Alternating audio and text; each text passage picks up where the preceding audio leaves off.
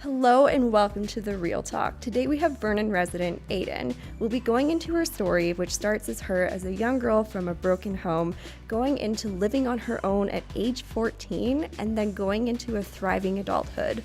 Thank you so much for joining us today. Thanks for having me. From a young age, you didn't really have a traditional sense of childhood. While your friends were worried about if their parents would buy them the latest toys, you had a lot of other worries that kids should never really worry about.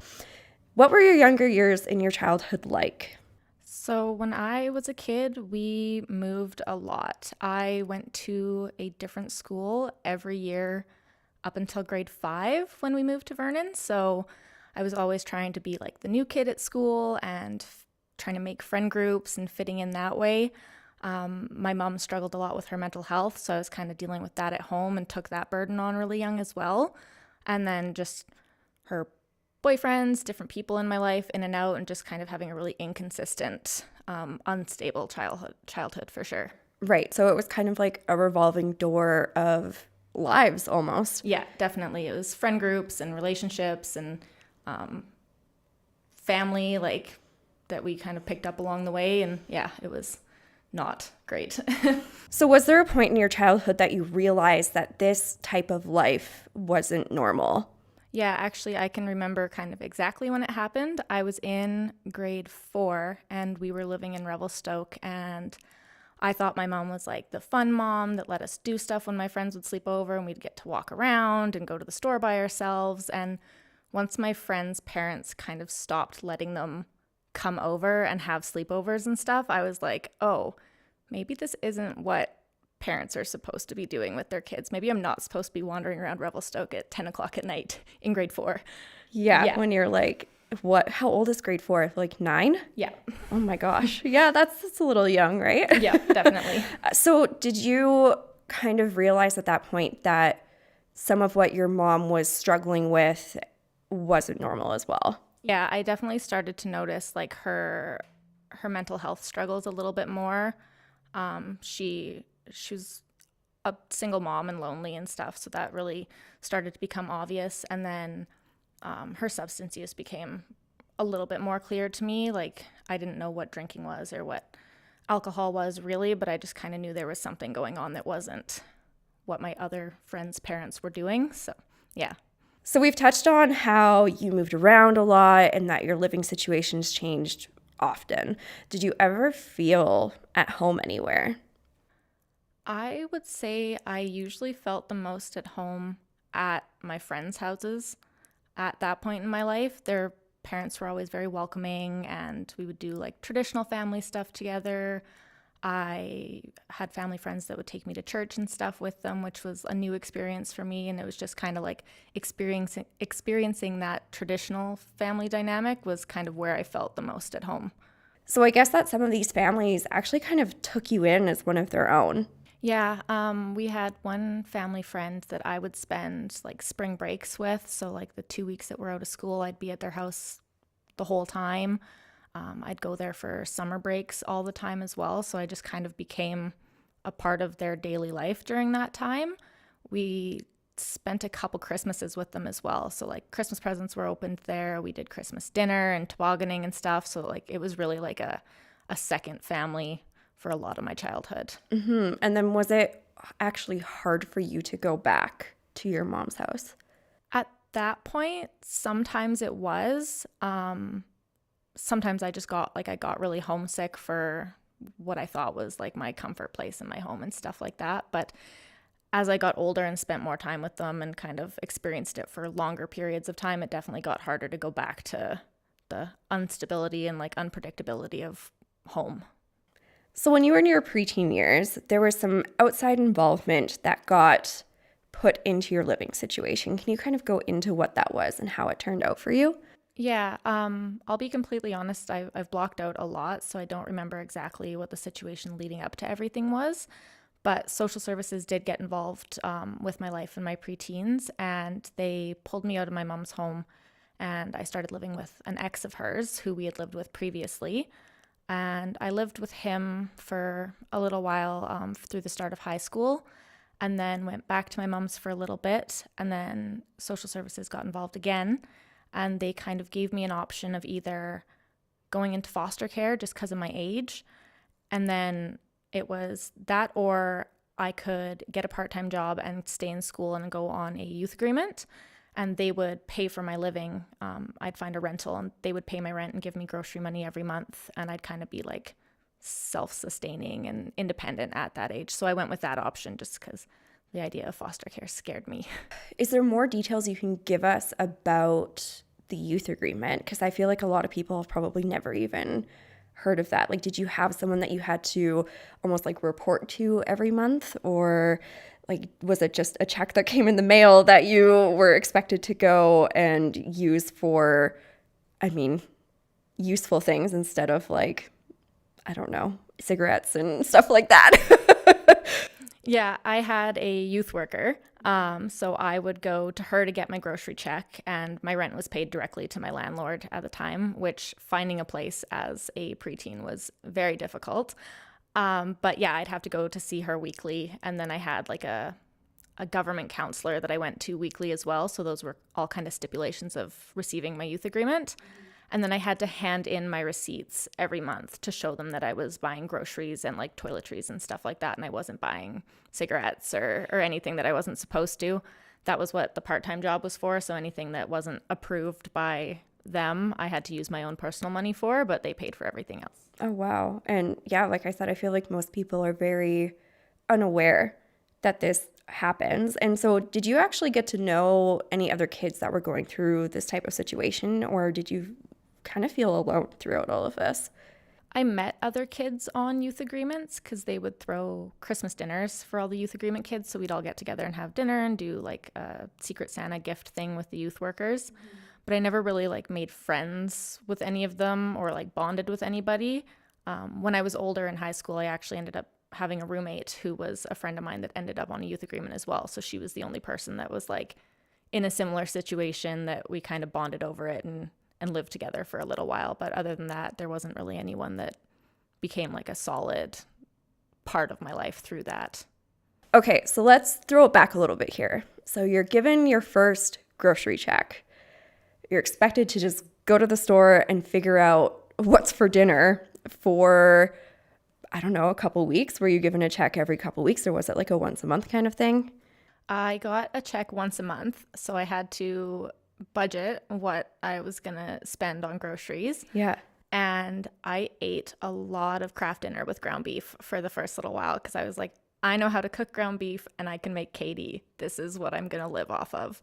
And then I kind of tried to get into cooking other things. But yeah, it was really hard to figure out like, oh, what do I need to buy? How do I grocery shop for myself? What kind of condiments and spices do I need to buy? It was a pretty big experience for me, for sure. You know, when you're, I mean, in most people's houses, there's at least like salt, pepper, paprika, a couple other little things, but you were starting from scratch. You didn't have anything. So that must have been like really, I don't even want to say eye-opening, but just like shock. Yeah, it was eye-opening for sure because I had never really thought about like what my mom or my grandma like did when they did grocery shopping. It was just, oh, there's food in the fridge and somebody made dinner. This is awesome. So it was a big shock to have to kind of fend for myself. Honestly, for a couple years, my breakfast was like 7-Eleven coffee and chocolate bars because I didn't know what to make for breakfast before school. And then, yeah, a lot of Kraft dinner. So were you given any guidance as to what to do with this monthly check? Not beyond don't buy cigarettes or alcohol with this money. It was, this is for your groceries and your needs, and here's your check, and we'll see your receipts at the end of the month. Wow. So there was like no class or anything like that on like, this is how you budget. This is how to make, I don't know, a couple basic meals or anything like that. There was nothing, hey? No, they didn't run any like programs that taught the kids on youth agreements how to budget their money or cook things and stuff. It was kind of it felt like it was expected that I would know how to do these things already. So there wasn't a lot of input from the youth workers in that sense. Wow. I feel like so many people don't experience that until they move out on their own when they're, 18, 19, 20, maybe even a little bit older. So to be given, this amount of responsibility at 14 was probably very shocking. It was. I had a hard time kind of explaining it to like friends and stuff at school too, because they were all living at home. Mm-hmm. But I definitely think that as much as it was a shock, I learned pretty quickly like what I could buy and how much food would be and how long it would last. And it definitely kind of gave me a step ahead of my peers in that sense. So it was hard, but I definitely think it was worth it. So throughout your school years, you struggled a lot with bullying. So what was the bullying based on? A lot of the time, I think it was based on the fact that I was always just the new kid, and everybody already had their established friend groups. So I would show up and try to like fit my way into a group that seemed like they might be fun and cool. I also was the kid that showed up to school in my pajamas and with messy hair. I mean, everybody smoked inside at the time, so I'd always show up to school smelling like cigarettes and was just kind of the oddball next to the other kids in school. And then as I got older, it started to be more about my physical appearance because I started to express myself with my haircuts and my color and stuff, and I really singled myself out that way. So that became the topic of bullying in my older, like my teen years and stuff like that. And then my mental health struggles were also a really big thing that people would use in their ammunition against me in the bullying. Did any adults in your life pick up on what might be happening behind closed doors at home? In my younger years, I don't think they did. I think that I was just the kid that came to school with messy hair or smelling like smoke and stuff. As I got older and I was going through the stuff at home and then living on my own, it became a lot more obvious that there was something going on. I was constantly tired at school and struggling in my classes. I cried a lot in school when teachers would like give me critiques on stuff. So I think it became pretty apparent that maybe something wasn't quite right outside of school. Did any teachers ever try to talk to you about it? I didn't have any teachers that tried to talk to me about it, but I developed a really close relationship with my high school counselor. Her and I was in her office once a week at least, and if I was struggling in class, I would just say I'm going down to her office, and I'd sit and she'd give me paper and pencil crayons and I would just color. And so she really became my like anchor at school to talk to about all that stuff and kind of help me through it. How did you make it through school without a solid support system of friends? I kind of had not a solid support system, but like every year I would have at least one friend that became that person for me in school, and they were always kind of the person that got me through it. So there was always one girl that I really got close to and was able to go to and talk to about stuff. It changed consistently in who that person was, but I definitely always had at least one person that I was able to kind of lean on when I needed to. Mm-hmm. And then you said you had a friend that moved in with you. Yeah, so we were loosely friends, I would say. We had a similar friend group, and she was going through stuff at home, and she learned about the youth agreement program through me because that's what I was doing. And we thought it would be a really awesome idea in grade 12 to move in together and be roommates and stuff like that. She definitely wasn't like a super supporter. We were very different people. So living together, it really showed me like, oh, okay, this is what roommates are like. Maybe this isn't the best idea when you're 17, 18 years old. But yeah, we lived together for a bit. It was fun, but it definitely wasn't the best idea. I think at the time it took a lot of convincing for us to let our youth workers approve it. They didn't normally approve roommate situations in that case, but they made an exception. So it was an experience for sure. Oh, I'm sure. And, you could be there through each other's highs and lows, but you've also at this point never lived with anyone besides yourself and a parent or an adult figure in your life, or, staying over at people's houses. So I'm sure it was a big shock for both of you. Yeah, it was interesting to see like the little quirks that another person could have, that you would come home and be like, oh my God, why are you doing this? Why did you do that? And she was a vegetarian, so like she would come home when I was cooking dinner and she would be like, oh, it smells really good. What is it? And I'm like, oh, it's pork chops. And she'd be like, oh my gosh. So yeah, we were very different, and it taught me a lot about living with other people, and just how like something you didn't think would bother you can really bother you when it's somebody else that's doing it in your shared living space. So after you finished high school, you really started to find yourself and discover who Aidan is for the first time. What were some things that you started feeling connected to or passionate for? I would say the first thing was probably getting tattoos. So like body modification, that's when I started really like putting my money into that, and getting piercings and kind of playing around with that stuff. I was always kind of into art, so I started drawing again and painting and stuff. So it's been over the last couple years that I really started to figure out who I am. I spent so long bouncing between people and friend groups and kind of being a bit of a chameleon and enjoying what they enjoyed to fit in. So I struggled a lot with like determining what stuff was actually stuff that I liked and what stuff was just stuff I had picked up from other people to kind of fit into their friend group.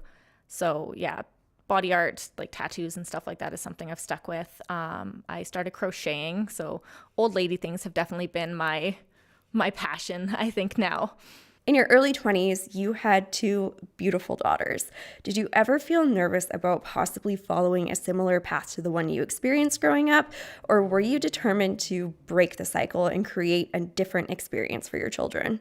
I was terrified that I was going to repeat the cycle that my family had gone through for generations.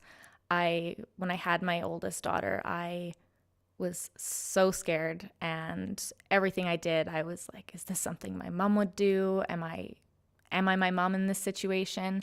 So I really made a conscious effort not to put them through those things. I have lived in the same town since they were both born because I didn't want to move them around a lot, and I wanted them to establish those friend groups and have those connections early on in life. I made a conscious effort really early on not to drink around my kids. So if I was going to go out for drinks, it was always on a weekend that they were with family or with their dads and stuff, because I didn't want to expose them to that environment, and just making sure that I was really hands-on and giving them a stable place to call home rather than the instability and chaos that I had. So have you been able to give your girls things that you always wished you had as a child? Definitely. I have been able to take them to Vancouver Island, which was like trips that I never got to experience growing up. So that was something that they really enjoyed, and it was really great to see them like see a new place and have that like amazement at the ocean and finding seashells and stuff. I was able to get my youngest daughter a big dollhouse for Christmas this past year, which was something that I always like saw my friends have that I was really envious of. So that was watching her open it and put it together and play with it. I sat in the playroom and played with her for hours after, and just doing little things like stopping for slushies after daycare and not, making them walk to the store to do it themselves because I wasn't able to, and just having fun as much as possible just to give them those really good childhood memories. So have you been open with your girls about things that you've been through and that you don't want them to have to go through? In an age-appropriate way, I really try to.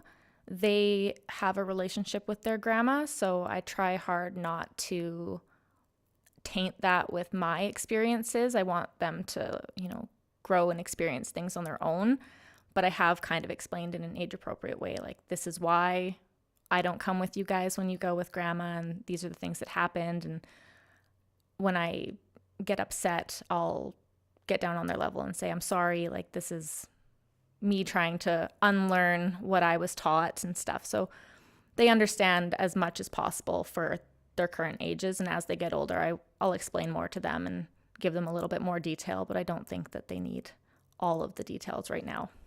Having your daughters changed a lot for you, especially within yourself. What did having kids do to inspire you to change?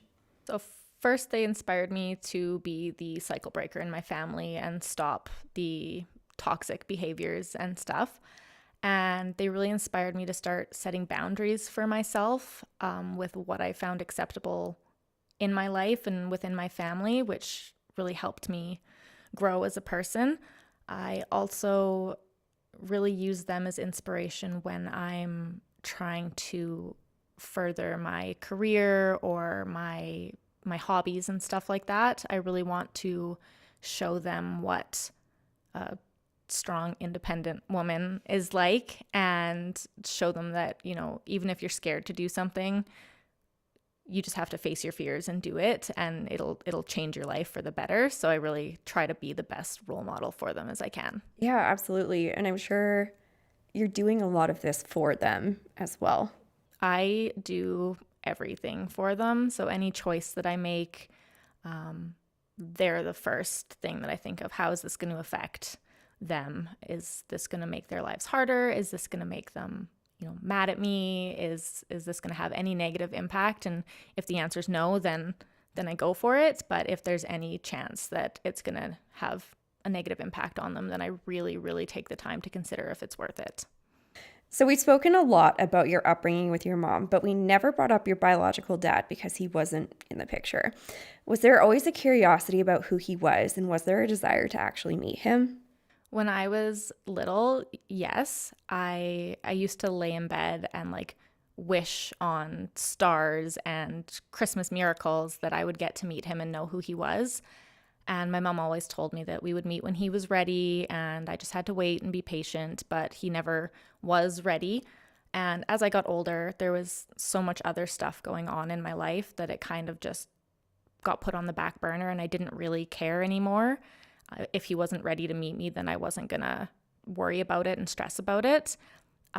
Last year, though, I was inspired by, I'm not sure really what, but I went on the internet and just made a post and was like, this is the information I have. If this sounds familiar to anybody, reach out to me. Mm-hmm. And within the week, I got a Facebook message from him, and he gave me his number, and we texted for a bit and kind of closed that chapter. So that was where it ended. But it was very cathartic to just have that, okay, this is who he is. He knows who I am. And that, that chapter in my life is kind of closed now, and I don't have to worry about it. Mm-hmm. So it was even though it didn't turn out to be this Christmas miracle or, wish upon a star, and he came home one day and was like, I'm here now. It was, the closure that you needed and that you wanted. And even though it wasn't picture perfect, it was exactly what was needed in that time. Exactly. It was more being able to say, hey, I don't hold any grudge against you for the choice that you made. And as an adult, I can understand why you made that decision. And I gave him the opportunity. I asked him if he wanted to know anything about my family, and he didn't really feel like it was his business just because of the lack of any kind of relationship. And we left it at that. And he wished me well, and I wished him well. And that was kind of where it ended. As you've entered into your 30s, how are you feeling about life in general? I am the happiest with my life that I have been ever in my 30s. It was like when I turned 30, it was like everything kind of clicked with what I wanted and what meant the most to me and what I needed in life. I take my health a little bit more seriously now, which is really important to me. And me and my partner have made the decision that we're not going to drink anymore at all. We were never big drinkers and out drinking every day, but just even the couple beers a week or anything like that, we just decided that it wasn't something we needed in our lives. And so having that sobriety and that clarity in my life has been really, really peaceful and great. Yeah, so not feeling like you need that little crutch of a drink a couple times a week. Yeah, and we found that there's some non-alcoholic options that are really good. So if we're around people that want to have a drink, we can have one of those, and be a part of the festivities and not have the horrible hangover or the gross feeling. And it's been so much better. Yeah, and I guess too, there is the fear with you of falling into full substance abuse, like family members and all of that in the past. So it probably feels really good knowing that you will not follow in that path too. Yeah, it's something that can happen really quickly, I think, and especially coming from a family of alcoholics, it's always something that's I'm very conscious of. Like, is this behavior going to be something that starts that slippery slope into needing to drink every night? And it's just, yeah, I've been very happy knowing that that's something I've kind of put a stop to with making this decision. Over the last couple of years, you pursued a passion for fitness and became a certified personal trainer. But the career wasn't actually what you expected it to be. What were you expecting from this career and what ended up playing out? Yeah, so I got into working out first and was like, this is great. My mental health is awesome. I feel great. Like, the changes I'm seeing in my body are amazing. And I really wanted to be able to help other women see those things as well and have that confidence and that little like boost in themselves. So I took my personal training course and I finished it with the intention of just helping other women my age kind of get into the gym and get active and just feel really good about themselves, see the benefit of eating healthy and all of that kind of stuff. And when I started, I found that it's a really ruthless career to try and get into. And I'm not a big like salesy person, and I can't write the big long posts with emojis and all that kind of stuff. And you kind of have to be that person to succeed. And it felt like I was being really inauthentic in it. And that was kind of going against what I had hoped to be. So I tried for a bit, and, I hired a coach to help me through it. And it was really aggressive sales basically. And I felt wrong doing it. So I kind of just let it die down and quit trying to get into that field. Was there anything that you really took away and still use from your time as a personal trainer besides how to work out properly? Yeah, I really learned what I am willing to do for a paycheck. I'm not okay with lying to people and pretending to be somebody that I'm not in order to get them to follow my workout plan and eat what I tell them to eat. And it really opened my eyes to, like, you can't believe everything that you see.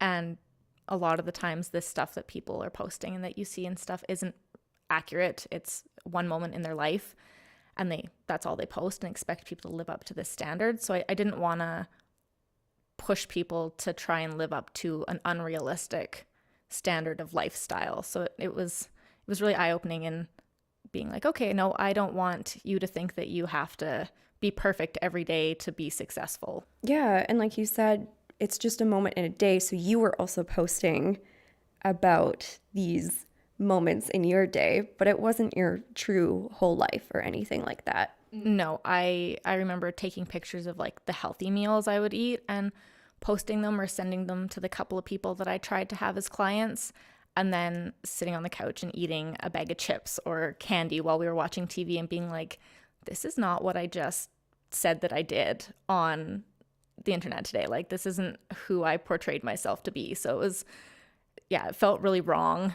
trying to tell people that that's how they should be when I wasn't following that same rule. Yeah, absolutely. It's like an internet versus reality kind of thing, and that we shouldn't take what we see as truth all the time. You think somebody lives an absolutely picture perfect life, and it's probably not like that. Yeah, exactly. It was really eye-opening that way, and just gave me kind of a new lens to look at other people's stuff through. So now I'm a little bit more skeptical when I see things, and I'd still like to help people and go down that route, but I just have to find a way that feels authentic to me and doesn't feel salesy and aggressive and fake. So going into that a little bit more, what's something that you would like to do in the future? So I would really like to start a health and fitness, for lack of better words, program for youth, and specifically youth in youth agreement type situations, because there was no guidelines for what I should be eating or what a healthy grocery shop looked like and what, the importance of moving your body and stuff, I would really like to give these kids an opportunity to set themselves up for success early and show them that you don't have to be going to the gym and lifting big weights and getting all big and bulky to be healthy. But, if you make sure that you're eating properly and just moving your body, that it'll make a really big difference to other aspects of your life. You want to provide them with what you didn't have in their situation. Exactly. Just give them that step up and that extra little bit of support in an area that was really lacking when I was in that situation. If our listeners could take away one thing from today's interview, what should it be? That you are capable of changing your life, and the negatives that you've had can be the catalyst for the positive changes that you want to make in your life. If there is young people that are in the situation that I was in growing up, that's not the way your life's going to be for the rest of your life, and it can get better, and you just have to want it to get better. And it will. And it will. Well, thank you so much for joining us today, Aidan. Thanks so much for having me. Yeah, no worries. And to all of our lovely viewers and listeners, thanks for tuning in, and we'll see you next time. Bye.